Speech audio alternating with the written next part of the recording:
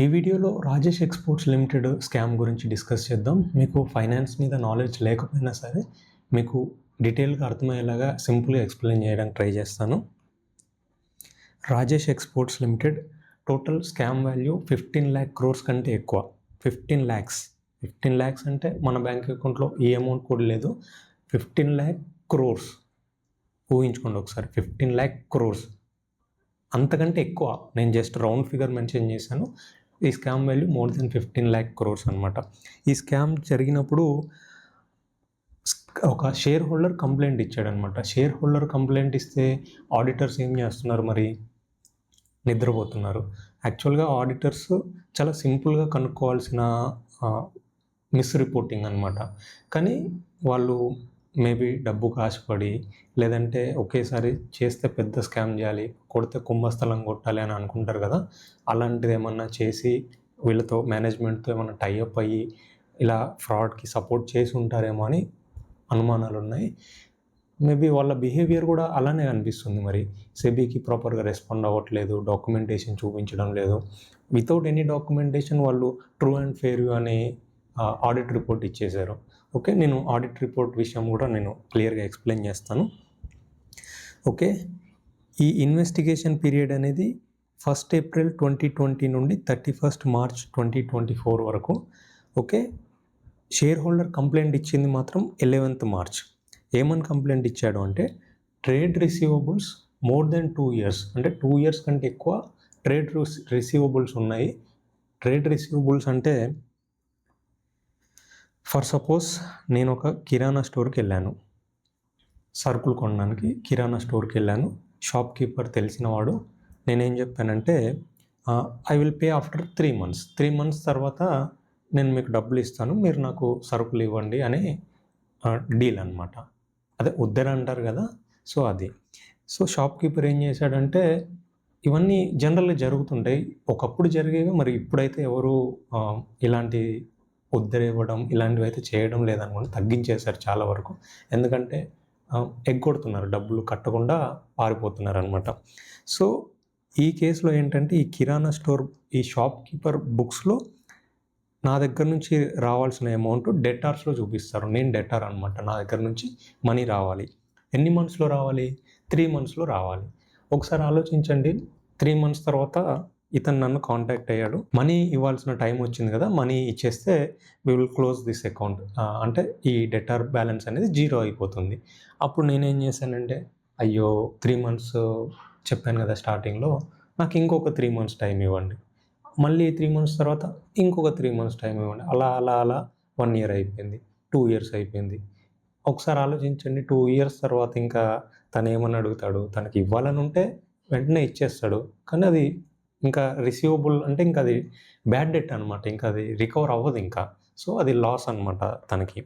Okay, అలా ఒక share holder ఏం అబ్జర్వ్ చేశాడు అంటే, 2 years కంటే ఎక్కువ ట్రేడ్ రిసీవబుల్స్ ఉన్నాయి. అవి ఎప్పటికి రియలైజ్ అవుతాయి? ఎందుకు ట్రేడ్ రిసీవబుల్స్ అలానే ఉండిపోతున్నాయి? ఎందుకు కంపెనీ రీకవర్ చేయలేకపోతుంది అని ఒక చిన్న కంప్లైంట్ ఇచ్చాడు సెబీకి. షేర్ హోల్డర్ కంప్లైంట్ ఇచ్చింది 11th March 2024. ఓకే, 7 months వరకు సెబీ సైలెంట్గా ఉంది. 23 October 2024 రోజు ఒక ఇన్వెస్టిగేషన్ అథారిటీని అపాయింట్ చేసింది, ఈ కేసు పైన ఇన్వెస్టిగేట్ చేయండి అని. 7 months ఎందుకు సెబీ సైలెంట్గా ఉందనేది ఇప్పటికీ క్లారిటీ లేదు. ఓకే, వీళ్ళు ఇన్వెస్టిగేషన్ స్టార్ట్ చేశారు, చాలా సీరియస్గా స్టార్ట్ చేశారు. 1 year 7 months పట్టింది ఇంటరిమ్ ఆర్డర్ రావడానికి. ఇది జస్ట్ ఇంటరిమ్ ఆర్డర్ మాత్రమే.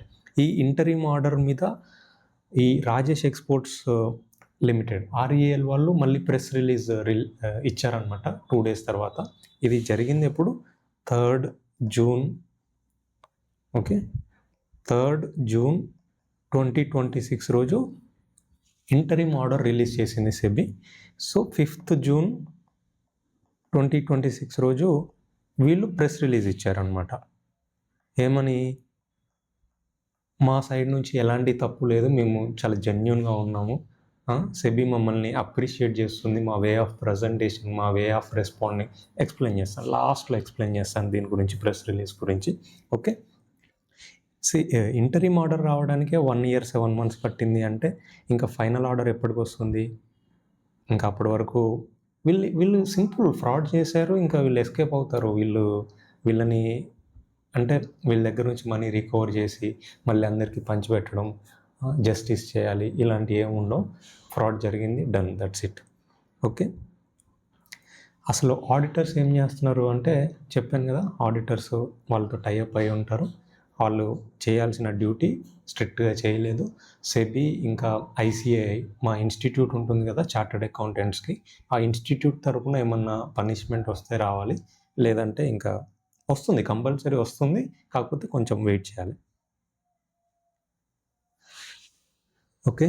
ఇది interim order. Rajesh exports limited, Rajesh Mehta తను అనమాట. తను ఏంటంటే ఈ కంపెనీని ఎలా స్టార్ట్ చేశాడు అంటే 1200 రూపీస్ వాళ్ళ బ్రదర్ దగ్గర నుంచి బారో చేసుకున్నాడు. First silver jewellery business start చేశాడు. దాని తర్వాత 10,000 రూపీస్ బ్యాంక్ నుండి బారో చేసుకొని గోల్డ్ జ్యువెలరీ బిజినెస్లో ఎంట్రీ ఇచ్చి, తను యాక్చువల్గా గుజరాత్ క్యాండిడేట్, తను చెన్నై అనమాట. చెన్నైలో గోల్డ్ తక్కువకు దొరుకుతుందని చెప్పేసి చెన్నైకి వచ్చి చెన్నైలో కొనేసి మళ్ళీ డిఫరెంట్ పార్ట్స్ ఆఫ్ ఇండియాలో అమ్మేసి ప్రాఫిట్, అంటే ఆర్బిట్రేజ్ అనమాట. ఆ ప్రైస్ డిఫరెన్స్ ఉంటుంది కదా, ఆ గ్యాప్, దాన్ని ఆర్బిట్రేజ్ అంటారు. ఆ బెనిఫిట్ తీసుకొని అలా ఇంత పెద్ద కంపెనీని ఎస్టాబ్లిష్ చేశాడు. బాగుంది, బిజినెస్ బాగుంది, లిస్ట్ అయ్యింది, పబ్లిక్లోకి వెళ్ళింది, చాలా బాగుంది పర్ఫార్మెన్స్. ఇలాంటి స్కామ్ చేయాల్సిన అవసరం ఏంటి, అది తనకే తెలియాలి. ఓకే. 3rd June రోజు మార్కెట్ క్యాప్ 3,210 రూపీస్ ఉంది. అంటే షేర్ ప్రైస్ ఎంత ఉంది? ఆల్మోస్ట్ 100 రూపీస్ అనమాట. Okay, 110 rupees. ఒకసారి దీని షేర్ ప్రైస్ చూద్దాం. 2023లో 950 రూపీస్కి వెళ్ళింది టాప్. సెబీ ఇంటరిమ్ ఆర్డర్లో 1000 క్రాస్ అయినట్టుగా మెన్షన్ చేశారు, కానీ చార్ట్లో మాత్రం ఎక్కడ 1000 క్రాస్ అయినట్టు కనిపించడం లేదు.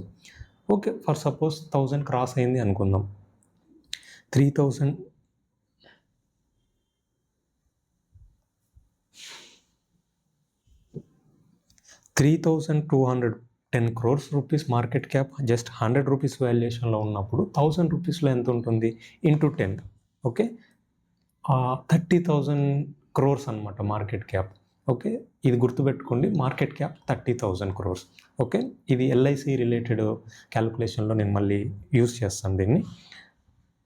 సో 950 అంటే 1000 రూపీస్ నుండి ఈరోజు ఎక్కడికి వచ్చింది అంటే 84 రూపీస్కి వచ్చింది.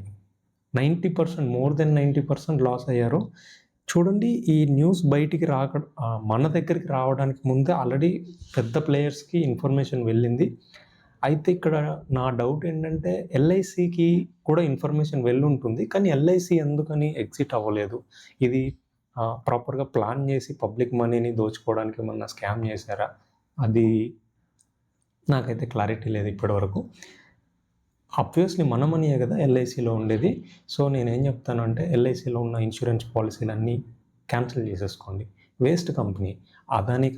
అదానీ గ్రూప్కి సపోర్ట్ చేస్తారు వాళ్ళు. అంటే నేనేమో అదానికి వ్యతిరేకమని కాదు, బీజేపీ గవర్నమెంట్కి వ్యతిరేకమైతే కాదు, బీజేపీ చేసే స్కామ్స్ అన్నిటికీ ఎల్ఐసిని వాడుకుంటుందన్నమాట. సో మీరు ఇమీడియట్గా ఎల్ఐసిలో ఉన్న ఇన్సూరెన్స్ పాలసీలన్నీ క్యాన్సిల్ చేసేసుకొని దానికి ఫండింగ్ ఆపేసేయండి ఫస్ట్. ఓకేనా? మన మనీ కదా అక్కడ ఉండేది. వాళ్ళు ఇష్టం వచ్చినట్టు అదానీ గ్రూప్కి ఇంకా ఇలాంటి గ్రూప్స్కి ఫండింగ్ చేసేసి మన మనీ అంతా వాళ్ళే స్కామ్ చేస్తున్నారు అనమాట. ఓకే, రాజేష్ ఎక్స్పోర్ట్స్ లిమిటెడ్ ఈ కార్పొరేట్ స్ట్రక్చర్ చూడండి. ఇది మెయిన్ కంపెనీ, మన ఇండియాలో ఉన్న company. Next REL Singapore PTE limited. PT అంటే ప్రైవేట్ ఎంటర్ప్రైజ్ అనమాట. మన దగ్గర ప్రైవేట్ లిమిటెడ్ అంటాం కదా, పీవీటీ లిమిటెడ్. సింగపూర్లో పీటీఈ ప్రైవేట్ ఎంటర్ప్రైజ్ లిమిటెడ్ అంటారు. 100% వీళ్ళు ఇన్వెస్ట్ చేశారు ఇందులో. ఓకే, ఈ కంపెనీ 100% ఇందులో ఇన్వెస్ట్ చేసింది, దీని గురించి మనకు అవసరం లేదు. ఈ కంపెనీ 95% జీజీఆర్ కంపెనీలో ఇన్వెస్ట్ చేసింది. వీళ్ళు 5%. వీళ్ళు 5% ఇన్వెస్ట్ చేశారు. 95 + 5 టోటల్ 100% ఈ రకంగా రూట్ చేశారు. డైరెక్ట్‌గా రాజేష్ ఎక్స్‌పోర్ట్స్ వాళ్ళే జీజీఆర్‌లో ఇన్వెస్ట్ చేయొచ్చు కదా అంటే, మేబీ వాళ్ళకి ఎవరు ఐడియా ఇచ్చుంటారో ఇలా ఫ్లోట్ చేయండి, నెక్స్ట్ ఏదైనా ఇన్వెస్టిగేషన్ జరిగినప్పుడు అకౌంట్స్ని మ్యానిపులేట్ చేయండి అని ఎవరు ఐడియా ఇచ్చారో వాళ్ళైతే ఇన్కార్పొరేట్ చేసి ఇలా స్ట్రక్చర్ చేశారు. ఈ కంపెనీకి అసలు బిజినెస్సే లేదు. ఓకేనా? ఈ కంపెనీకి బిజినెస్ అనేది లేదు. మెయిన్ ఆపరేషన్స్ ఏముండవు. ఇది జస్ట్ ఒక ఇన్వెస్ట్మెంట్ కంపెనీ. ఈ కంపెనీ ఏం చేసిందంటే వాల్కంబీ అని స్విట్జర్లాండ్లో రిఫైనరీ కంపెనీ అనమాట. Largest refinery company. ఈ కంపెనీలో 100% స్టేక్ అంటే వీళ్ళు కొన్నారనమాట. రాజేష్ ఎక్స్‌పోర్ట్స్ వాళ్ళు ఈ కంపెనీని కొన్నారు. ఓకే. సో ఇక్కడ నుంచి వచ్చే ఇన్కమ్ని వీళ్ళు డిక్లేర్ చేయాలి. ఇక్కడ నుంచి వచ్చే ఇన్కమ్ వీళ్ళ ఇన్కమ్ అవుతుంది. ఓకేనా? కానీ వీళ్ళు ఏం చేశారు అంటే, మేము కూడా బిజినెస్ చేస్తున్నాం, మాది జస్ట్ ఇన్వెస్ట్మెంట్ మాత్రమే కాదు, మేము కూడా ఇన్వెస్ట్ చేస్తున్నాం, మాకు so and so turn over ఉంది, సో అండ్ సో ప్రాఫిట్ ఉంది, సో అండ్ సో అసెట్స్ ఉన్నాయి అని ఇష్టం వచ్చినట్టు డిక్లేర్ చేశారు. సెబీ ఇంటరిమ్ ఆర్డర్లో ఇవన్నీ క్లియర్గా మెన్షన్ చేసిందనమాట. వీళ్ళు క్లియర్గా దొరికిపోయారు. దొరికిపోయిన తర్వాత కూడా వీళ్ళు ఏమంటున్నారంటే, లేదు అలాంటి ఫ్రాడ్ ఏం జరగలేదు అంటున్నారు. Only God knows what happens. Okay. ఇక్కడ రీఫైనరీస్ అంటే గోల్డ్ మైన్స్ నుంచి గోల్డ్ వస్తుంది కదా, మట్టి. ఓకే, రా ఫామ్లో వస్తుంది. దాన్ని రీఫైన్ చేసేసి ఎవరైతే ఎక్స్ట్రాక్ట్ చేస్తారో వాళ్ళకి ఇచ్చేస్తారో. దానికోసం వీళ్ళు processing charges, value addition charges అని ఛార్జ్ చేస్తుంటారు. అది మాత్రమే వీళ్ళ రెవెన్యూ. కానీ రాజేష్ ఎక్స్‌పోర్ట్స్ లిమిటెడ్ కన్సాలిడేట్ చేసినప్పుడు ఏం చేసింది అంటే, వీళ్ళు కరెక్ట్గానే రిపోర్ట్ చేశారనమాట. వీళ్ళు కేపీఎంజీ వాళ్ళు ఆడిట్ చేశారు. బిగ్ 4 ఐడియా ఉంది కదా, కేపీఎంజీ ఆడిటర్స్. వీళ్ళు ఈ కంపెనీని అక్కడ స్విట్జర్లాండ్లో ఆడిట్ చేసినప్పుడు everything is fine with this company. ఈ కంపెనీలో అంత పర్ఫెక్ట్గా ఉంది. కన్సాలిడేషన్ అప్పుడు ఏం చేశారు అంటే, ఈ కంపెనీలో టర్న్ ఓవర్ అనేది ఇన్ఫ్లేట్ చేశారు. ఓకే, వీళ్ళు కన్సాలిడేట్ చేసేటప్పుడు ఇది ప్లస్ ఇది యాడ్ చేయాలి కదా. ఓకే, ఎక్స్ప్లెయిన్ చేస్తాను. కన్సాలిడేషన్ అంటే ఏంటో కూడా ఎక్స్ప్లెయిన్ చేస్తాను. ఓకే, వీళ్ళు కన్సాలిడేషన్ అప్పుడు దీని రెవెన్యూ దీనిది యాడ్ చేసి దీంతో పాటు ఇవన్నీ యాడ్ చేసి టోటల్ ఫిగర్ అనేది మెన్షన్ చేయాలి. అప్పుడు ఏంటంటే పర్ఫెక్ట్గా చేస్తారు. కన్సాలిడేషన్ అప్పుడు పర్ఫెక్ట్గా చేశారు, కానీ అసలు స్కామ్ ఇక్కడ బుక్స్లో ఇక్కడ చేశారనమాట. ఓకే, మీరు మార్కెట్లో stand alone and consolidated financials ఈ రిపోర్ట్స్ చూస్తుంటారు కదా, క్వార్టర్లీ రిపోర్ట్స్ కానీ యాన్యువల్ రిపోర్ట్స్ కానీ. ఓకే, స్టాండ్ అలోన్ అంటే ఏంటి, కన్సాలిడేటెడ్ అంటే ఏంటి అంటే, for suppose Rajesh exports limited ఉంది. స్టాండ్ అలోన్ అంటే ఓన్లీ ఆ కంపెనీ ఫైనాన్షియల్స్ మాత్రమే. బ్యాలెన్స్ షీట్ ఉంది కదా, వాళ్ళ క్యాపిటల్ ఇంత, loans, other liabilities, fixed assets, current assets, ఇవన్నీ బ్యాలెన్స్ అయిపోతాయి. ఓకే, నెక్స్ట్ P&L, వీళ్ళ రెవెన్యూ ఎంత, వీళ్ళ ఒక్క కంపెనీ, వీళ్ళ రెవెన్యూ ఎంత, వీళ్ళ ఎక్స్పెన్సెస్ ఎంత, వీళ్ళ ప్రాఫిట్ ఎంత. ఓకే, ఇది స్టాండ్ అలోన్. నెక్స్ట్ వాల్కంబీ ఉంది కదా, ఇది కూడా స్టాండ్ అలోన్. వాళ్ళ సపరేట్ ఫైనాన్షియల్స్ అనమాట. వీళ్ళ క్యాపిటల్ ఇంత, లోన్స్ ఇంత, లయబిలిటీస్ ఇంత. ఓకే, డిఫరెంట్ ఐటమ్స్ ఉంటాయి బ్యాలెన్స్ షీట్లో. నేను జస్ట్ అర్థం అవడానికి ఇవి మాత్రమే మెన్షన్ చేశాను. నెక్స్ట్ వీళ్ళ P&Lలో రెవెన్యూ ఎంత, ఎక్స్పెన్సెస్ ఎంత, ప్రాఫిట్ ఎంత. కన్సాలిడేషన్ అప్పుడు ఏం చేస్తారు అంటే, వీళ్ళ క్యాపిటల్ యాడ్ చేయాలి, వీళ్ళ లోన్స్ యాడ్ చేయాలి. ఓకే, వీళ్ళ లయబిలిటీస్ యాడ్ చేయాలి. ఇలా ప్రతిదీ ఐటమ్ బై ఐటమ్ యాడ్ చేసి ఫైనల్ ఫిగర్స్ అనేవి మనకి డిస్ప్లే చేయాలి. నెక్స్ట్ ఇక్కడ ఒక ఇంపార్టెంట్ పాయింట్ ఏంటంటే, ఇంటర్ గ్రూప్ ట్రాన్సాక్షన్స్ ఉంటాయి కదా, వీళ్ళకి లోన్ ఇచ్చుంటారు, లేదంటే వీళ్ళ దాంట్లో ట్రేడ్ పేయబుల్స్ ఉంటాయి, వీళ్ళ దాంట్లో ట్రేడ్ రిసీవబుల్స్ ఉంటాయి. ఓకే, ఇవి రెండు ఎలిమినేట్ చేయాలన్నమాట కన్సాలిడేషన్ అప్పుడు. IND-AS 110 అని రిపోర్టింగ్ స్టాండర్డ్ అనమాట. దాని ప్రకారం ఏంటంటే ఎలిమినేట్ చేయాలి. వీళ్ళు అది కూడా ఎలిమినేట్ చేయలేదు. ఓకే, ఇన్ఫ్లేట్ చేశారు అలా చేయకుండా. ఓకేనా, ఇదొక స్కామ్ ఇక్కడ చేశారు. ఓకే, కన్సాలిడేషన్ అప్పుడు ఏంటంటే capital 2 lakhs, 1 lakh + 1 lakh 2 lakhs. Okay, capital 1 lakh + 1 lakh 2 lakhs. Next loans 50 lakhs + 4 lakhs 54 lakhs. ఇలా item by item 20 lakhs + 10 lakhs 30 lakhs.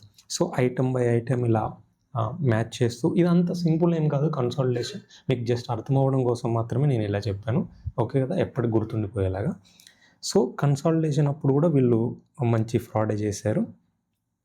Next revenue consolidation అప్పుడు రెవెన్యూ విషయానికి వస్తే వీళ్ళు సబ్సిడరీస్ నుంచి, అంటే అన్ని సబ్సిడరీస్ వాల్కంబి, జీజీఆర్ అన్ని సబ్సిడరీస్ నుంచి వీళ్ళ రెవెన్యూ ఇంత డిక్లేర్ చేశారు. ఓకే, నెక్స్ట్ ఫైనాన్షియల్ ఇయర్ 24, 25, 25, 26వి కూడా మెన్షన్ చేశారు ఇందులో.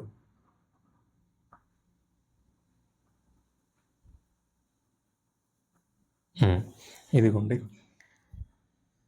సో ఈ ఇయర్లో 2,58,306 crores consolidation figures.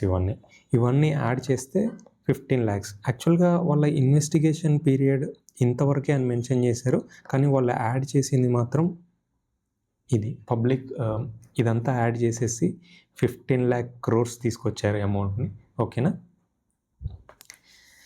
So subsidiaries నుంచి ఇంత రెవెన్యూ స్టాండ్ అలోన్, మన రాజేష్ ఎక్స్పోర్ట్స్ లిమిటెడ్ ఉంది కదా, స్టాండ్ అలోన్ వీళ్ళ రెవెన్యూ చూడండి. సబ్సిడరీస్ నుంచి వచ్చిన రెవెన్యూ రిపోర్ట్ చేసింది ఎంత. ఓకే, సబ్సిడరీస్ నుంచి 99% రిపోర్ట్ చేశారు ఈ ఇయర్లో. ఓకే, నెక్స్ట్ ఇయర్లో 97%, నెక్స్ట్ 98%, 98%.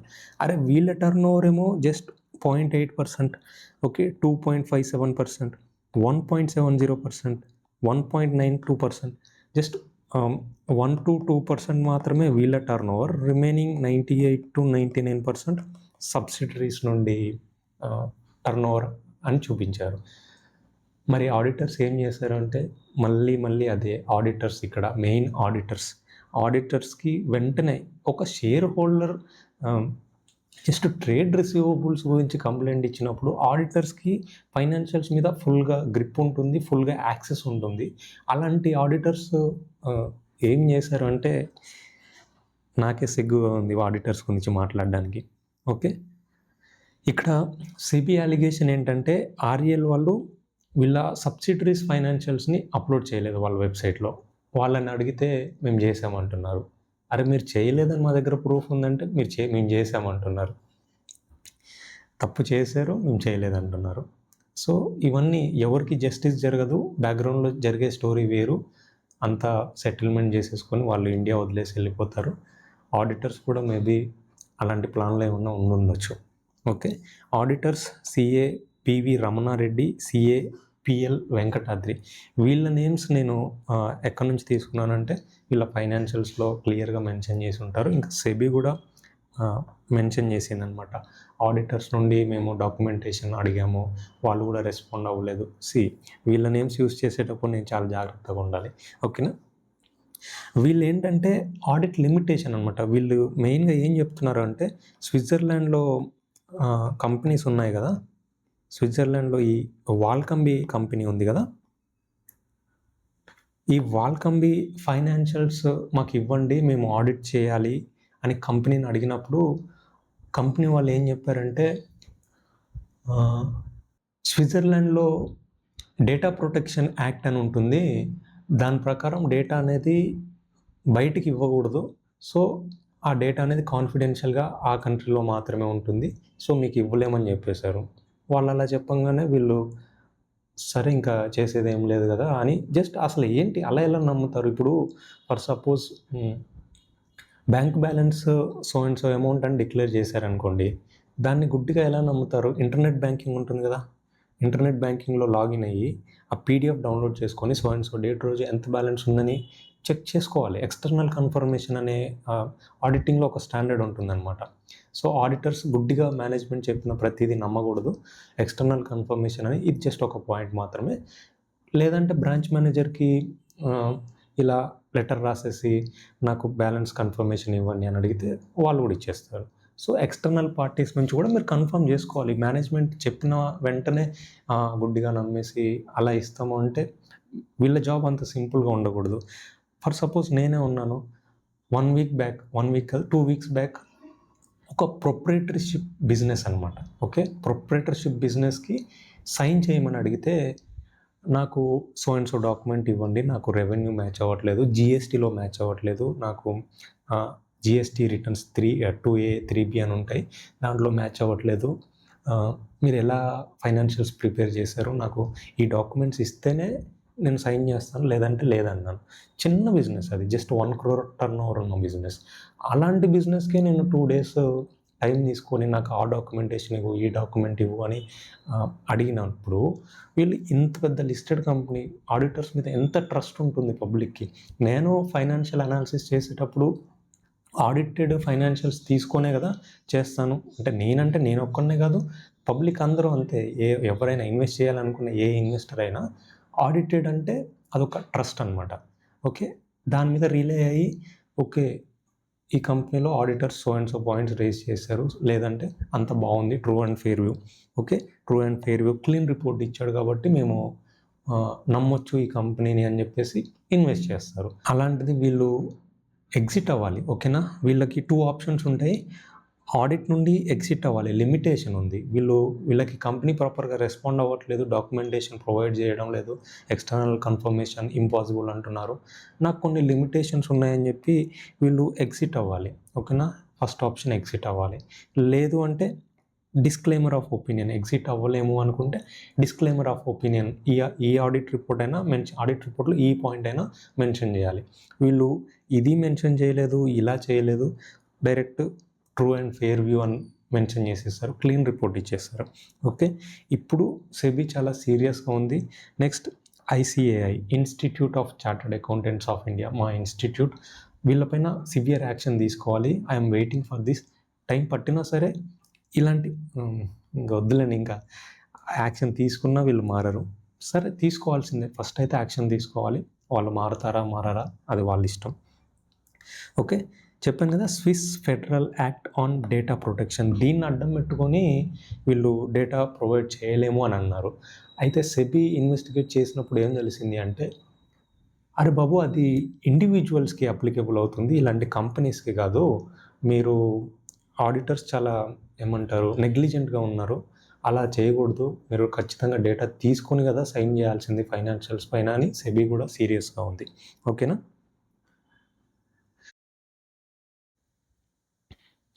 ఓకే. నెక్స్ట్ ఫ్రాడ్ ఎలా జరిగింది అంటే, misrepresentation of financial statements consolidated బేసిస్‌లో చెప్పాను కదా ఇందాక, 15,44,899. యాక్చువల్గా ఇందులో కొంత జెన్యూన్ టర్న్ ఓవర్ ఉంది. చెప్పాను కదా KPMG వాళ్ళు, ఓకే, KPMG వాళ్ళు ఆడిట్ చేసినప్పుడు స్విట్జర్లాండ్లో వాల్కంబీ వాళ్ళు జెన్యూన్గా ప్రాసెస్ చేశారు, వాళ్ళు జెన్యూన్గా టర్న్ ఓవర్ రికార్డ్ చేశారు. ఆ జెన్యూన్ టర్న్ ఓవర్ కూడా ఇందులో ఇంక్లూడ్ అయ్యి ఉంది. అది ఎలిమినేట్ చేసిన తర్వాత 15 lakh crores దగ్గరలో ఈ ఫ్రాడ్ అమౌంట్ అయితే ఉంది. ఓకే, వీళ్ళు ఏం రిపోర్ట్ చేశారు, టోటల్గా ఇంత సేల్ చేశారు, ఇంత పర్చేజ్ చేశారు, ఇంకా ప్రాఫిట్ ఎక్కడుంది, ఎంతైతే సేల్ చేశారో మళ్ళీ అంత కొన్నట్టు. వీళ్ళ తక్కువ మార్జిన్ ఉన్న బిజినెస్ యాక్చువల్గా, కానీ వీళ్ళు దాన్ని యూజ్ చేసుకొని చాలా సింపుల్గా ఫ్రాడ్ చేసేసారు. ఓకే, ఇది ఆల్రెడీ ఎక్స్ప్లెయిన్ చేశాను కన్సాలిడేషన్ అప్పుడు. వాల్కంబీవి కరెక్ట్గా ఉన్నాయి ఫైనాన్షియల్స్, వీళ్ళు కన్సాలిడేషన్ అప్పుడు కరెక్ట్గా చేశారు. ఈ మధ్యలో GGR ఏదైతే ఉందో అక్కడ ఫ్రాడ్ జరిగింది. ఓకేనా, సో ఇది main area for scam. Okay, next stand alone బేసిస్లో ఫ్రాడ్ ఎలా జరిగింది. ఓకే, మిస్‌రిప్రజెంటేషన్, ఫైనాన్షియల్స్ని ఎలా మిస్‌రిప్రజెంట్ చేశారు అంటే, సర్క్యులర్ ట్రేడ్ అనమాట. అఫ్లియన్స్ అనే ఒక stock broking company, financial advisory brokerage company, వీళ్ళు అడ్వైజులు ఇస్తుంటారు అనమాట, సో అండ్ సో కంపెనీలో ఇన్వెస్ట్ చేయండి అని. ఇవన్నీ సెబీ రిజిస్టర్డ్. ఓకే, వీళ్ళు సెబీ రిజిస్టర్డ్, వీళ్ళు ఇవ్వచ్చు, అడ్వైస్ ఇవ్వచ్చు. ఓకే, నేను అన్రిజిస్టర్డ్ కాబట్టి నేను ఎలాంటి అడ్వైస్ ఇవ్వకూడదు. వీళ్ళు వీళ్ళు జెన్యూన్గా ఉన్నారు.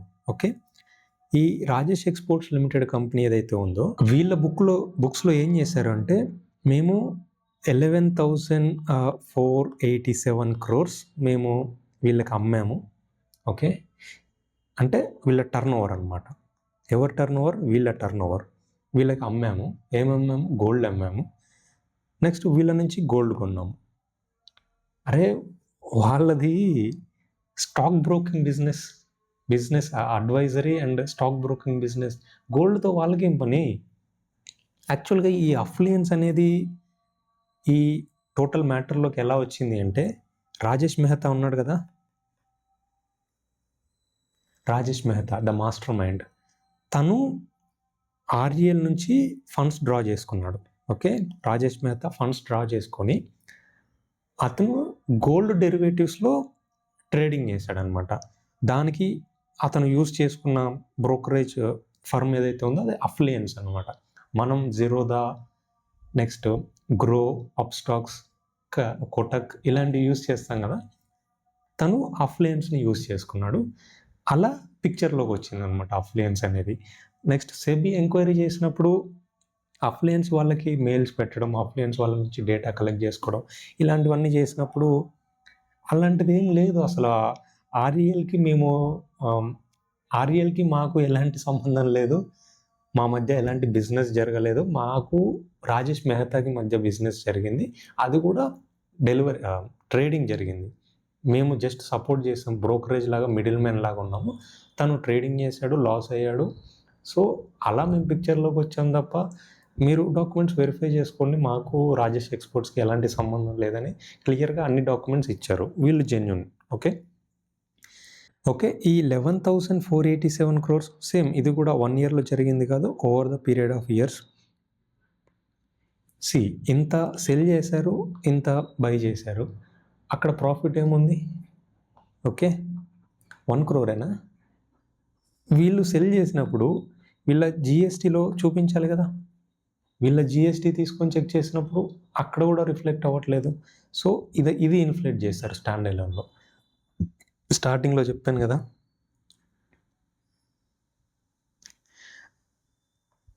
స్టాండ్ అలోన్ ఫైనాన్షియల్స్, దీంట్లో కూడా ఇన్ఫ్లేట్ చేశారు.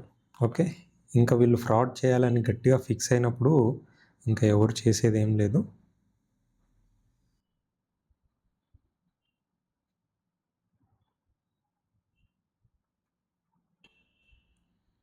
ఓకే, ఇక్కడ చూడండి 21-22లో 6,237 crores సేల్ జరిగింది కదా, టోటల్ 6,237 crores.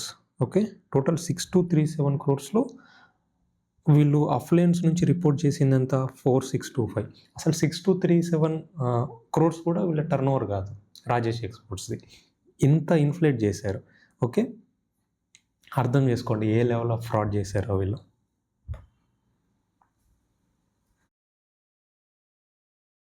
ఓకే, జిఎస్టీలో ఎలాంటి డాక్యుమెంట్ లేదు, బ్యాంక్ స్టేట్మెంట్లో ఎలాంటి ట్రాన్సాక్షన్స్ లేవు. నెక్స్ట్ అఫ్లుయెన్స్ రెవెన్యూ, అఫ్లుయెన్స్ వాళ్ళ రెవెన్యూ ఏంటంటే 113 crores. 113 crores వీళ్ళ జెన్యూన్ రెవెన్యూ. 113 crores రెవెన్యూ ఇక్కడ వీళ్ళు చూపించిన ఈ 4,625 crores, ఈ 11,487 crores ఇక్కడ. సో క్లియర్ కట్గా ఇది ఫ్రాడ్. తను ఏం చేశాడంటే ఆర్ఈఎల్ నుండి ఫండ్స్ డ్రా చేసుకున్నాడు. ఈ ఫండ్స్ డ్రా చేసుకొని అఫ్లుయెన్స్ బ్రోకర్ అకౌంట్లో యాడ్ చేసుకొని గోల్డ్ డెరివేటివ్స్లో ట్రేడ్ చేశాడు. ఎంత ఫండ్స్ యాడ్ చేశాడు అంటే 7.45 crores యాడ్ చేశాడు. ఓకే, అది ఇటు వెళ్ళిపోయింది. అయితే లాస్ అయిపోయాడు 50%, మోర్ దెన్ 50% అనుకుంటా. అంత లాస్ అయిన తర్వాత 3.91 crores మాత్రమే మిగిలింది. అది మళ్ళీ రాజేష్ మెహతా అకౌంట్కి వస్తే ఆ అకౌంట్ నుండి మళ్ళీ ఆర్ఈఎల్కి ట్రాన్స్ఫర్ చేశాడు. తను తీసుకుంది 7.45 crores, మళ్ళీ రిటర్న్ చేసింది 3.91 crores. అసలు రాజేష్ మెహతా ఎందుకు గోల్డ్ డెరివేటివ్స్లో చేశాడు ట్రేడింగ్ అంటే దానికి రీజన్ ఏం చెప్తున్నారు అంటే ఆర్ఈఎల్కి ఎంసీఎక్స్కి మధ్య ఇష్యూ జరిగిందంట. ఎంసీఎక్స్ ఐడియా ఉంది కదా,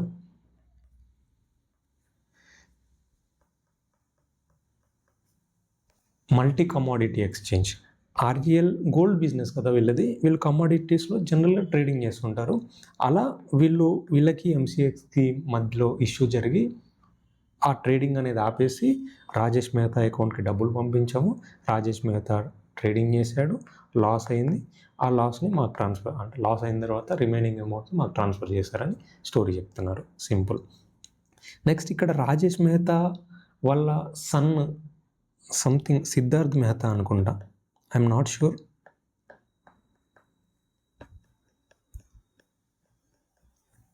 తను ఈ కంపెనీకి రిలేటెడ్ పార్టీ అవుతాడు. ఓకే, ఇతను రిలేటెడ్ పార్టీ అయినప్పుడు వీళ్ళ సన్ కూడా రిలేటెడ్ పార్టీ అవుతాడు. యాక్చువల్గా తనకి ఎలాంటి ఇంట్రెస్ట్ లేదు కంపెనీలో. కంపెనీ నుండి తన అకౌంట్లోకి మనీ ట్రాన్స్ఫర్ చేసి అక్కడ కూడా కొన్ని ట్రాన్సాక్షన్స్ చేశారు. అసలు వాళ్ళ సన్నుని ఎందుకు ఇన్వాల్వ్ చేశారు అనేది కూడా క్లారిటీ లేదు. ఓకే, నెక్స్ట్ కన్సాలిడేషన్ చెప్పాను కదా. ఈ కన్సాలిడేషన్ అప్పుడు ఈ ట్రాన్సాక్షన్స్ని ఎలిమినేట్ చేయాలి. ట్రేడ్ పేయబుల్స్ వీళ్ళు ఆర్ఏఎల్ వాళ్ళు, ఫర్ ఎగ్జాంపుల్ ఆర్ఏఎల్ వాళ్ళు జీజీఆర్ వాళ్ళకి పే చేయాలి. వీళ్ళు పే చేయాలన్నప్పుడు వీళ్ళకి పేయబుల్, వీళ్ళకి రిసీవబుల్. కన్సాలిడేషన్ అప్పుడు ఈ రెండు ఎలిమినేట్ చేయాలి. ఎలిమినేట్ చేసిన తర్వాత రిమైనింగ్ అమౌంట్ ఉంటుంది కదా, అది మాత్రమే డిస్ప్లే చేయాలి. కన్సాలిడేషన్ గురించి మనకి అంత డెప్త్గా అవసరం లేదు. మేము సిఏ ఫైనల్లో ఎగ్జామ్ పర్పస్లో నేర్చుకున్నాము. ఫ్యూచర్లో ఏమైనా ఆపర్చునిటీ వస్తే రియల్గా లిస్టెడ్ కంపెనీ అని కాదు, పేరెంట్ కంపెనీ, సబ్సిడరీ కంపెనీ ఉన్న ఏ కంపెనీ విషయాల్లో అయినా ఈ కన్సాలిడేషన్ టాపిక్ వస్తుంది. అప్పుడు మేము రియల్ లైఫ్లో వర్క్ చేయాల్సి ఉంటుంది. అదంతా ప్రొఫెషనల్స్ చూసుకుంటారు, మీకు అవసరం లేదు. Okay, inter company transactions not eliminated. Next trade receivables, trade పేయబుల్స్ని సెట్ ఆఫ్ చేశారు. ఓకే, ఈ కంపెనీని వదిలేసేయండి. జస్ట్ ఈ కంపెనీని మాత్రమే చూడండి. ఇప్పుడు ట్రేడ్ పేయబుల్స్ ఉన్నాయి, ట్రేడ్ రిసీవబుల్స్ ఉన్నాయి. వీళ్ళు ఏం చేశారంటే దీన్ని సెట్ ఆఫ్ చేశారు. ఇంకెందుకు ఇటు సైడ్ ఉన్న లయబిలిటీస్, ఇటు సైడ్ ఉన్న అసెట్స్ అన్నీ సెట్ ఆఫ్ చేసి జీరో చేసి చూపించాలి కదా. ఇంకా బ్యాలెన్స్ షీట్ని జీరో అంటే ఇంకా క్లియర్గా ఉంటుంది, ఎలాంటి ఆడిట్ ఉండదు, ఇంకేం ఉండదు. ఓకేనా, క్లియర్గా ఉంటుంది. ఇంకా అసలు మనం స్టడీ చేయాల్సిన పని కూడా ఉండదు. ఆడిటర్స్, చార్టెడ్ అకౌంటెంట్స్, ఆడిటర్స్ ఇవన్నీ మజాక్ చూస్తూ ఎంజాయ్ చేస్తున్నారు. ఓకే, ఇంకొక చెత్త పని ఏంటంటే ఆఫ్రికాలో గోల్డ్ మైన్ కొన్నామన్నారు. ఆఫ్రికాలో గోల్డ్ మైన్ కొన్నాము, ఇది మా ఇన్వెస్ట్మెంట్ అని వీళ్ళ ఫైనాన్షియల్స్లో చూపించారు. అసలు రియాలిటీలో అలాంటి గోల్డ్ మైన్ ఏం కొనలేదు, అలాంటి గోల్డ్ మైన్ ఏం లేదు. ఎంత సింపుల్గా, అరే ఫ్రాడ్ చేసేటప్పుడు కూడా ఒక లెవెల్ ఆఫ్ ఫ్రాడ్ ఇలా ఎక్స్ప్లెయిన్ చేసేటప్పుడు నాకన్నా అనిపించాలి కదా, వా మాస్టర్ మైండ్ చాలా బాగా ప్లాన్ చేశారు అని. గోల్డ్ మైన్ కొన్నాము అని చూపించారు. గోన్, అలాంటి గోల్డ్ మైన్ ఏం లేదు. ఓకే, నెక్స్ట్ సెబీ ఈ డాక్యుమెంటేషన్ అడిగినప్పుడు వీళ్ళు 300 to 400 GB ఆఫ్ డేటా ఇచ్చారనమాట. పెన్ డ్రైవ్లో వేసి ఇచ్చేశారు. ఇంకా చూసుకోండి, ఎంజాయ్ చేయండి అని చెప్పేసి. అర్థమైపోయింది సినిమా, వీళ్ళకి అందరికీ అర్థమైపోయింది వాళ్ళ ఇంటెన్షన్ ఫ్రాడ్ చేయాలని కదా. సో అప్పుడు 300 to 400 GB ఆఫ్ డేటా ఇచ్చేసి ఎంజాయ్ చేయండి అన్నారు. నేను దీని గురించి 2 days బ్యాక్ వీడియో చేశాను. ఆ వీడియోలో ఎక్స్ప్లెయిన్ చేశాను, కావాలంటే మళ్ళీ ఎక్స్ప్లెయిన్ చేస్తాను. ఓకే, రియల్ లైఫ్లో ఏం జరిగిందంటే సిఏ ఫైనల్ ప్రిపరేషన్లో ఉన్నప్పుడు, అంటే నా ఫ్రెండ్ కాదు, ఫ్రెండ్కి ఫ్రెండ్. ఓకే, తను సిఏ ఫైనల్ ప్రిపరేషన్లోనే ఉన్నాడు. తను ఏం చేశాడు అంటే క్లయింట్స్కి ఐటీఆర్స్ ఫైల్ చేస్తాడు. ఐటీఆర్స్ ఫైల్ చేసినప్పుడు అసెసింగ్ ఆఫీసర్ కొంతమంది ఐటీఆర్స్ పికప్ చేస్తారనమాట. పికప్ చేసి మీరు డిడక్షన్స్ క్లెయిమ్ చేశారు, మీరు ఎగ్జామ్షన్స్ క్లెయిమ్ చేశారు, దానికి సపోర్టింగ్ రెలవెంట్ డాక్యుమెంట్స్ మాకు అప్లోడ్ చేయండి అని అడుగుతారు. ఓకేనా, మీరు మెడికల్ బిల్స్ కానీ, సుకన్య సమృద్ధిలో ఇన్వెస్ట్ చేసి ఉంటే, LIC, okay, life insurance, okay, PPF, ఇంకేముంటాయి, ట్రావెల్ ఎక్స్పెన్సెస్, హెచ్ఆర్ఏ క్లెయిమ్ చేస్తుంటారు కదా. సో ఇలాంటి డాక్యుమెంట్స్ అన్నీ ఇవ్వండి అని తన క్లయింట్కి ఇన్కమ్ ట్యాక్స్ నుండి నోటీస్ వచ్చింది. అప్పుడు తను ఏం చేశాడు అంటే అసెసింగ్ ఆఫీసర్ అడిగింది సమ్ 5 to 10 డాక్యుమెంట్స్, మహా అయితే ఒక 15 pagesలో బిల్స్. ఇప్పుడు స్కూల్ ఫీజు పే చేసి ఉంటారు పిల్లల స్కూల్ ఫీజు, మహా అంటే ఒక 2 to 3 లేదంటే ఒక 4 receipts ఉంటాయి ఇయర్ మొత్తానికి కలిపి. ఇలాంటి డాక్యుమెంట్స్ అన్నీ కలిపితే ఎన్ని పేజెస్ వస్తుంది? ఒక 15 pages వస్తుంది. అసెసింగ్ ఆఫీసర్కి ఇస్తే తను వెరిఫై చేసుకొని ఓకే ఇవన్నీ జెన్యూన్, లేదు ఇది ఫ్రాడ్ అని అలో చేయాలా, డిసలో చేయాలా, ఆ అసెస్మెంట్ అనేది క్లోజ్ చేస్తాడు. వీడు ఏం చేశాడు, తను సిఏ ఫైనల్లో ప్రిపరేషన్లో ఉన్నాడు కదా, తను మాస్టర్ మైండ్ యూస్ చేసి 110, 120, 120 pages ఆఫ్ డాక్యుమెంట్స్ అనమాట. క్లయింట్ పేరు మీద ఉన్న హోటల్ బిల్స్, ఓకే, ప్రతి బిల్లు, ఒకటే బిల్ని రిపీట్ చేయడం అనమాట. ఒక బిల్ని 5 టైమ్స్ రిపీట్ చేయడం. అలా చేస్తూ 110, 120 పేజెస్ ఆఫ్ డాక్యుమెంట్స్ అప్లోడ్ చేసేసాడు. సెంట్రల్ గవర్నమెంట్ ఆఫీసర్స్ ఎలా ఉంటారు? వర్క్ చేస్తారా ఫస్టు? అసెసింగ్ ఆఫీసర్‌కి అంటే వాళ్ళేదో ఎగ్జామ్ రాసొచ్చి ఉంటారు. వాళ్ళు నేర్చుకుంటారు. వాళ్ళు జాబ్‌లో జాయిన్ అయిన తర్వాత కూడా నేర్చుకునేది చాలా ఉంటుంది. అలాంటప్పుడు ఇంకా ఒకటే కేస్‌లో 120 పేజెస్ డాక్యుమెంట్స్ క్రాస్ వెరిఫై చేసుకుంటా కూర్చుంటాడా? అలా చేయరు కదా! సో, తను డ్రాప్ చేసాడు అసెస్మెంట్. ఓకే. క్లియర్ అని చెప్పి కొట్టి పడేసాడు. సో, ఇలా అనమాట. అనార్గనైజ్డ్ డేటా ఇచ్చేసి ఇంకా మీ సావు మీరు సావండ్రా బాబు అని అలా వదిలేయడం అనమాట. ఇది ఒక గేమ్. ఇక్కడ నాకు రియల్ లైఫ్ ఇన్సిడెంట్ కనెక్ట్ అయింది ఈ కేస్ గురించి స్టడీ చేసినప్పుడు. సో, ఇలాంటివి జరుగుతుంటాయి అనమాట. This is not fair. ఇలా చేయకూడదు. ఫ్రాడ్ అయితే క్లియర్‌గా బయటపడిపోయింది. ఇంక చేసేదేం లేదు. సో, చెప్పాను కదా! 3 జూన్ రోజు వీళ్ళు సెబీ వాళ్ళు ఇంటరిమ్ ఆర్డర్ రిలీజ్ చేస్తే 5 జూన్ రోజు వీళ్ళు ప్రెస్ రిలీజ్ చేశారు. ఏమని ప్రెస్ రిలీజ్ చేశారు అంటే, మా కంపెనీ టోటల్‌గా debt free company. Fine. Debt free company అంటే చాలామందికి ట్రిగర్ అవుతుంది. చాలామంది డెట్ ఫ్రీ కంపెనీ కావాలని చెప్పి రీసెర్చ్ చేస్తుంటారు. అలా రీసెర్చ్ చేసి ఇందులో ట్రాప్ అయిపోయారు. ఓకే. డెట్ ఫ్రీ కంపెనీ అంటే సుజ్లాన్ కూడా డెట్ ఫ్రీ కంపెనీయే. ఓకే. అది ఎలా డెట్ ఫ్రీ కంపెనీ అయింది? వాళ్ళ అకౌంటింగ్ ఫ్రాడ్ వద్దులేండి ఇంకా అది బయటపడలేదు ఇన్ ద సెన్స్ మాకు తెలుసు అది ఎలా మేనేజ్ చేశారు వాళ్ళు అని. సో, అది కూడా ఒక డెట్ ఫ్రీ కంపెనీ. అంత మాత్రాన ఇన్వెస్ట్ చేస్తారా డెట్ ఫ్రీ కంపెనీని ఆ కంపెనీలో? సో, డెట్ ఫ్రీ కంపెనీ మేము బయట నుండి ఎలాంటి ఫైనాన్సెస్ తీసుకోలేదు అంటున్నారు. కరెక్ట్. బాగుంది. We have never raised any money from any public offerings except IPO. ఐపీఓలో తప్ప మేము పబ్లిక్ నుండి ఎలాంటి మనీ తీసుకోలేదు అని అంటున్నారు. పబ్లిక్ నుండి మనీ తీసుకున్నారు 10 crores అనుకుంటా. Okay. 10 crores. First time 10 crores తీసుకున్నారు. పర్లేదు, బాగుంది. కానీ మిమ్మల్ని నమ్మి కంపెనీ లిస్ట్ అయింది డెట్ ఫ్రీ. సో, పర్ఫార్మెన్స్ బాగుంది, టర్నోవర్ బాగుంది, ప్రాఫిట్ బాగుంది అని ఆడిటర్స్ క్లీన్ రిపోర్ట్ ఇచ్చారు అని ఇలా అనలైజ్ చేసి ఎంతోమంది ఇన్వెస్ట్ చేసి ఉంటారు కదా! సో, వాళ్ళ పరిస్థితి ఏంటి? ఎక్కడో 100 రూపీస్‌లో ఇన్వెస్ట్ చేసిన వాడు 1000 రూపీస్‌కి వెళ్తే వాడు బెనిఫిట్ అవుతాడు. పర్లేదు. కానీ 1000 రూపీస్ వెళ్ళిన తర్వాత ఇన్వెస్ట్ చేసినప్పుడు మళ్ళీ 100 రూపీస్‌కి వస్తే 100 రూపీస్ 100 రూపీస్‌కి వస్తే వాడి పరిస్థితి ఏంటి? 90% లాస్ అయ్యాడు. వాడు యావరేజ్ చేయాల్సి వస్తే యావరేజ్ చేసేవాళ్ళు ఉంటారు. మీకు సింపుల్ రూల్ ఒకటి, ఫస్ట్ క్యాపిటల్ ప్రొటెక్షన్ గురించి వీడియో చేశాను చూడండి. షార్ట్ వీడియో అనుకుంటా అది. షార్ట్ వీడియోనే. నెక్స్ట్ ఇన్వెస్ట్ అండ్ ఫర్గెట్ కాదు, ఇన్వెస్ట్ అండ్ మానిటర్ అని ఇంకొక కాన్సెప్ట్ ఎక్స్ప్లెయిన్ చేశాను. ఓకే. కావాలంటే మళ్ళీ వీడియో చేస్తాను. షార్ట్ వీడియో, ఫుల్ వీడియో చేస్తాను. సో, ఇన్వెస్ట్ అండ్ మానిటర్ అనమాట. అరే పడుతుందని ఎంతకని యావరేజ్ చేస్తారు? అది ఎందుకు పడుతుంది? నా real life example yes bank. Yes bank పోయిందా? మొత్తం లాస్ అయ్యే స్టేజ్. ఓకే. ఆ టైంలో రాకేష్ జున్జున్వాలా ఎగ్జిట్ అయిపోయాడు. రాకేష్ జున్జున్వాలా సంథింగ్ 100 రూపీస్‌లో ఇన్వెస్ట్ చేశాడు అనుకుంటా. నేను నా ఫ్రెండ్ 60 రూపీస్‌లో ఇన్వెస్ట్ చేసాం అనుకుంటా. ఓకే. ఎందుకు? ఏ ధైర్యంతో? మేము అప్పటికి కొత్త, first time. This is the first company. రావటమే యెస్ బ్యాంక్‌లో ఎంట్రీ ఇచ్చాం.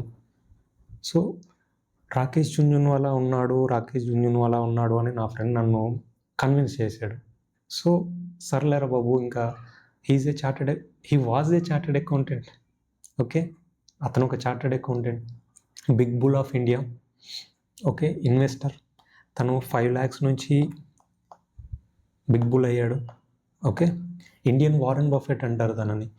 సో, తనని నమ్మి నేను యెస్ బ్యాంక్‌లో ఓకే ఫ్రెండ్‌ని నమ్మి రాకేష్ జున్జున్వాలాని నమ్మి యెస్ బ్యాంక్‌లో ఇన్వెస్ట్ చేశాను. ఇన్వెస్ట్ చేసిన తర్వాత ఏం జరిగింది అంటే ఏదో తేడా కొట్టింది. రాకేష్ జుంజున్వాలా ఎగ్జిట్ అయిపోయాడు. యాక్చువల్గా ఇన్ఫర్మేషన్ ఫ్రాడ్ జరిగే ముందు, ఏదన్నా ఫ్రాడ్ బయటపడే ముందు ఇలాంటి ఏస్ ఇన్వెస్టర్స్కి ఇన్ఫర్మేషన్ ముందెళ్తుంది. న్యూస్ పేపర్లో పబ్లిష్ అయ్యి మన దాకా రీచ్ అయ్యింది అంటే అది ఆల్రెడీ పెద్ద ఇన్వెస్టర్స్కి వెళ్ళుంటుంది information.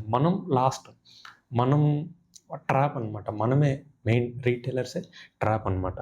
So Rakesh Jhunjhunwala exit అయిపోయాడు. ఇదేంటి ఎగ్జిట్ అయిపోయాడు? నేనేంటంటే ఇన్వెస్ట్ చేసిన తర్వాత అలానే ఉండిపోదాం అనుకున్నా. ఫ్రెండ్ ఏం చేశాడు, రే రాకేష్ జుంజున్వాలా ఎగ్జిట్ అయిపోయాడు, వీ హ్యావ్ టు ఎగ్జిట్ అన్నాడు. లేదు ఇంకా తను చెప్పిందే మళ్ళీ తనకే చెప్పాను. Rakesh Jhunjhunwala, CA, big bull, Indian Warren Buffett, తనే ఇన్వెస్ట్ చేసినప్పుడు ఎందుకు మనం ఎగ్జిట్ అవ్వాలి అంటే, అరే తను ఎగ్జిట్ అయ్యాడు రా, తను ఎగ్జిట్ అయ్యాడు కాబట్టి మనం ఎగ్జిట్ అవ్వాలి అంటే అప్పుడు ఆలోచించాను, అరే 100 రూపీస్లో ఉన్నవాడు ఎందుకు 60లో ఎగ్జిట్ అవుతాడు? లాస్ బుక్ చేసుకున్నాడు. తను లాస్ బుక్ చేసుకొని మరీ ఎగ్జిట్ అయిపోయాడు. ఇప్పటికీ 20 రూపీస్లో ట్రేడ్ అవుతుంది. మళ్ళీ 60 కానీ 100కి కానీ వెళ్ళట్లేదు ఎస్ బ్యాంక్. సో పెద్ద ఇన్వెస్టర్ల మైండ్ సెట్ వేరు ఉంటుంది, మనలాంటి ఇన్వెస్టర్స్ మైండ్ సెట్ వేరు ఉంటుంది. ఓకేనా? సో ఎస్ బ్యాంక్లో ఎగ్జిట్ అయిపోయాను. యాక్చువల్గా ప్రాఫిట్లో ఎగ్జిట్ అయిపోయాను నేను. ప్రాఫిట్ అంటే మరీ ఎక్కువేం కాదు, 1 రూపీ 2 రూపీ డిఫరెన్స్ అనమాట. ఇంట్రాడేలో నెక్స్ట్ షార్ట్ టర్మ్ ఇన్వెస్టింగ్లో ప్రాఫిట్లో ఎగ్జిట్ అయిపోయిన తర్వాత ఇంకా lower circuit, everyday lower circuit, hit అవుతూ 5 రూపీసా 1 రూపీయా ఆ రేంజ్కి వెళ్ళిపోయింది. ఇప్పుడు స్ట్రగుల్ అవుతుంది అనమాట. ఫైనాన్స్ మినిస్టర్ అప్పుడు ఎస్బీఐని ఏం చెప్పిందంటే, ఆదుకోండి ఎస్ బ్యాంక్ని ఆదుకోండి, దానికి మీ సపోర్ట్ అవసరం అని చెప్పి ఎస్బీఐని ఇన్వాల్వ్ చేస్తే, ఎస్బీఐ అప్పుడు ముందుకు వస్తే ఈరోజు సస్టైన్ అవుతుంది ఎస్ బ్యాంక్. సో మీరు పబ్లిక్ నుండి మనీ రైజ్ చేయలేదు, ఐపీఓలో మాత్రమే చేసాము అంటే, వన్స్ లిస్ట్ అయిన తర్వాత మిమ్మల్ని నమ్మి చాలామంది ఇన్వెస్ట్ చేస్తారు. So this is wrong. ఈ పాయింట్ అయితే రాంగ్. డెట్ ఫ్రీ కంపెనీ అని గుడ్డిగా ఇన్వెస్ట్ చేసే వాళ్ళకి ఇదొక real life example. Okay? So det free company అనగానే ఇన్వెస్ట్ చేసేద్దాం, వద్దు, అలా చేయొద్దు. దాన్ని వదిలేసేయండి, డెట్ ఫ్రీ కంపెనీ అని వదిలేసేయండి. నెక్స్ట్, మేము డొమెస్టిక్ ఇన్స్టిట్యూషన్స్కి ఎలాంటి ఈక్విటీ ప్లేస్మెంట్ ఇవ్వలేదు అంటున్నారు. నైస్. మరి ఎల్ఐసి ఎవరు? ఓకే, చూద్దాం, ఎల్ఐసి గురించి కూడా చూద్దాం. Never indulged in any miss reporting. చేసిందే మిస్ రిపోర్టింగ్, మళ్ళీ మేము మిస్ రిపోర్టింగ్ చేయలేదు అంటున్నారు. అరే మీరు దొంగతనం చేశారా, మీరు దొంగలను ఒప్పుకోండి అంటే, లేదు మేము ఒప్పుకోం. అంతే కదా, మరి ఏ దొంగ ఒప్పుకోడు? కానీ ఇక్కడ క్లియర్గా కనిపిస్తుంది, ఇండియా మొత్తం చూసింది, ప్రపంచం అంతా చూసింది, అయినా ఒప్పుకోవడం లేదు. ప్రెస్ రిలీజ్లో మళ్ళీ మెన్షన్ చేశారు, వీళ్ళ న్యూస్ నేర్చుకోవాలి, ఇంకా చేయాలి, దొంగతనం చేయాలి, మేము దొంగతనం చేయలేదని చెప్పాలి పబ్లిక్లో. రైట్, బాగుంది. Next, interim order. సెబీ ఇచ్చింది జస్ట్ ఇంటరిమ్ ఆర్డర్ మాత్రమే, ఇది ఫైనల్ ఆర్డర్ కాదు. మీరు మమ్మల్ని తప్పుగా అనుకోవద్దు, మేము అలాంటి ఫ్రాడ్ ఏం చేయలేదు అంటున్నాం. సరే, మీరు అలాంటి ఫ్రాడ్ ఏం చేయలేదు.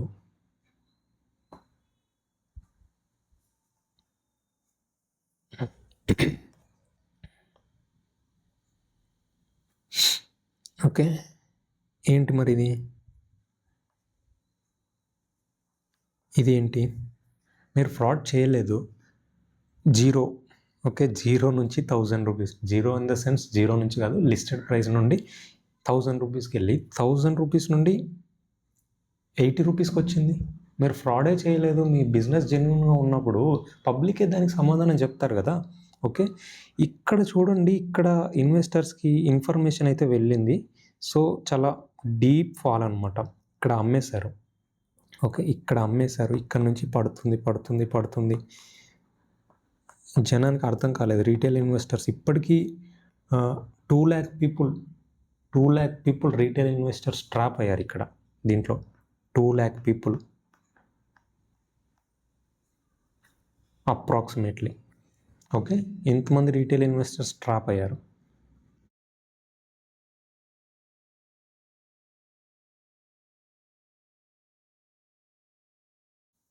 నెక్స్ట్, వీళ్ళ రెవెన్యూ ఉంది కదా, ఈ రెవెన్యూ మేజర్గా వాల్కంబీ నుంచి వచ్చింది. వాల్కంబీ చాలా అవుట్ పర్ఫామ్ చేసింది. ఓకే, వాల్కంబీ అనేది వరల్డ్లో లార్జెస్ట్ రీఫైనరీ చెప్పారు కదా, ఇంకా సొల్లు చెప్పారు. చాలా బాగా పర్ఫామ్ చేస్తుంది. సో అక్కడ నుంచి మాకు కన్సాలిడేటెడ్లో ఇలాంటి ఫిగర్స్ కనిపించాయి. వీఆర్ గ్రోయింగ్, మేము చాలా ఫాస్ట్గా గ్రో అవుతున్నాం అని చెప్పేసి అవన్నీ డిస్ప్లే చేశారు ఫైనాన్షియల్స్. సో యాక్చువల్గా సెబీ కనుక్కుంది ఏంటంటే వాల్కమ్బి పర్ఫెక్ట్గా ఉంది, వాళ్ళ రిపోర్టింగ్ బాగుంది, కేపీఎంజీ ఆడిట్ చేసినప్పుడు బాగుంది. ఓకే, మధ్యలో జీజీఆర్ ఉంది కదా, ఆ జీజీఆర్ అనేది ఇన్వెస్ట్మెంట్ కంపెనీ, దానికి రెవెన్యూ ఎలా చూపిస్తారు, దాన్ని ఆడిటర్స్ ఎలా?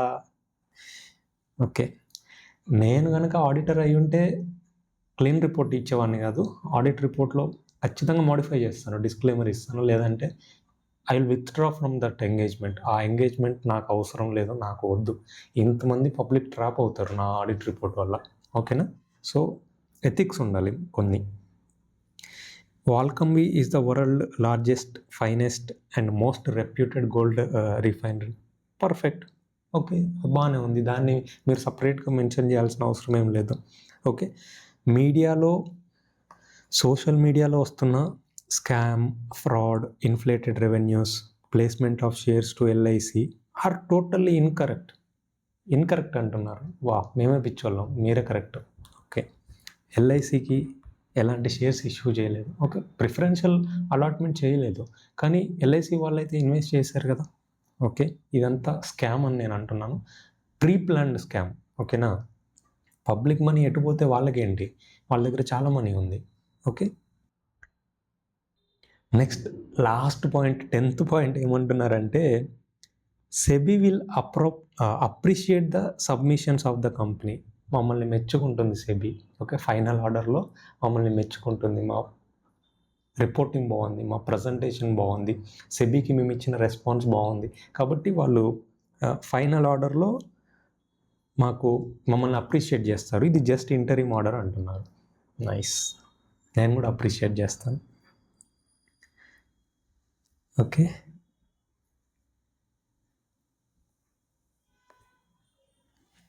స్క్రీనర్ వెబ్సైట్లోకి వచ్చేసి రాజేష్ ఎక్స్పోర్ట్స్ అని టైప్ చేయండి. ఇక్కడ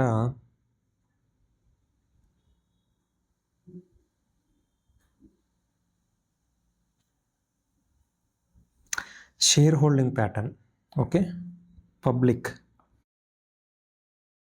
వీళ్ళు రీటైల్ ఇన్వెస్టర్స్ అనమాట. కనిపిస్తుందా ఇది?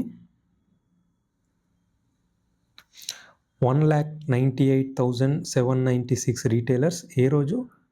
March 2026 ending. Okay, 31st March రోజు ఇంతమంది రీటైల్ ఇన్వెస్టర్స్ ఇందులో ఉన్నారు. Okay, next DIIs, domestic institutional investors, life insurance company. కనిపిస్తుందా? Life insurance company. ఓకే, వీళ్ళకి ఎంత 2023లో 11% ఉండి మార్చ్ 2026కి 10.80% ఉంది. Okay,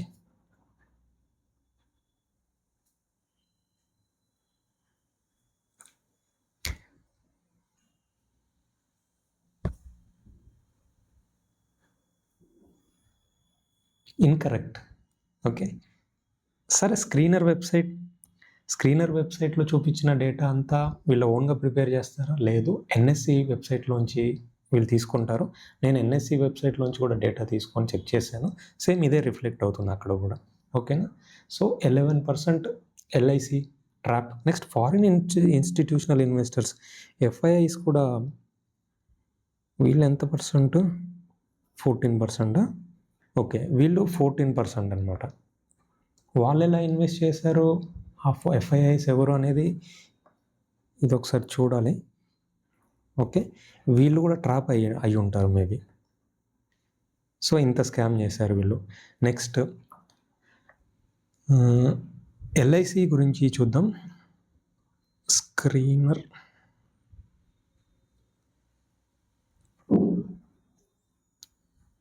life insurance corporation, LIC.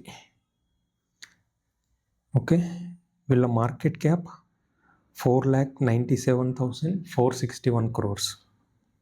Okay, వీళ్ళ రెవెన్యూ ఎంత ఉంటుంది ఇయర్లీ?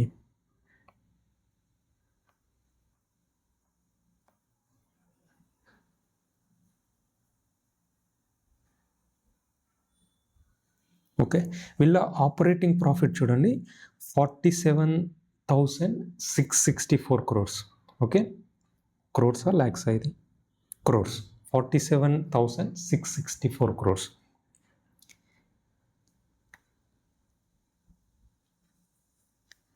ఇంతకుముందు ఏం చెప్పాను నేను, 100 రూపీస్లో ఉంది కాబట్టి మార్కెట్ క్యాప్ అనేది 3,000 crores ఉంది. ఓకే, 100 రూపీస్లో ఉన్నప్పుడు 3,210 రౌండ్ ఆఫ్ చేద్దాం, 3,000 crores అనుకుందాం. 3,000 crores. ఓకే, 1,000 రూపీస్కి వెళ్ళినప్పుడు 30,000 crores market cap. Okay, 30,000 crores market cap అంటే వీళ్ళు ఎల్ఐసి వాళ్ళు ఇన్వెస్ట్ చేసింది 10% అనుకుంటే 3,000 crores.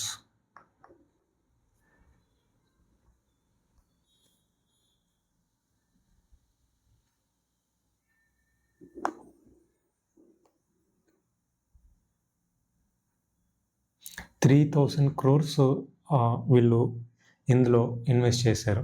ఓకే, 3,000 crores ఇన్వెస్ట్ చేస్తుంటారు. ఓకే, 10%. సో ఇది డీటెయిల్డ్ వీడియో ఈ స్కామ్ గురించి. ఈ వీడియో మీకు నచ్చితే లైక్ బటన్ మీద ఒక సాలిడ్ క్లిక్ ఇవ్వండి. ఫైనల్గా నేను చెప్పేది ఏంటంటే, హెల్తీ ఫుడ్ తినండి, ఎక్సర్సైజ్ చేయండి, హ్యాపీగా ఉండండి. Signing off. By by.